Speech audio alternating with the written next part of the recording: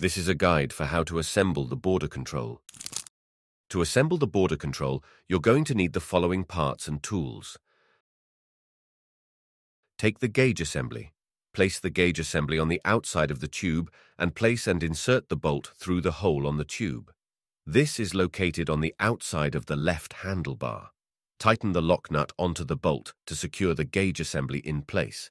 Loosen the upper bolt holding the left side of the back stand on the main frame, removing the upper bolt completely. Insert the pivot bracket on the back stand. Reintroduce the bolt and tighten the lock nut.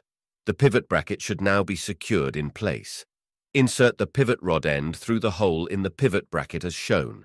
Push the pivot as far in as possible to allow you to connect the rod into the border control. Connect the pivot rod to the border control. Secure the end of the pivot rod in place with the R pin as shown. Insert the L-shaped end of the control rod into the remaining hole in the pivot bracket. Place the other end of the control rod through the rod stopper on the underside of the gauge assembly. Put the gauge assembly lever in the on position.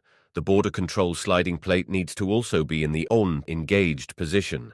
Tighten the adjuster screw as shown to secure the remote control rod to the gauge assembly. You've successfully assembled the border control on your spreader.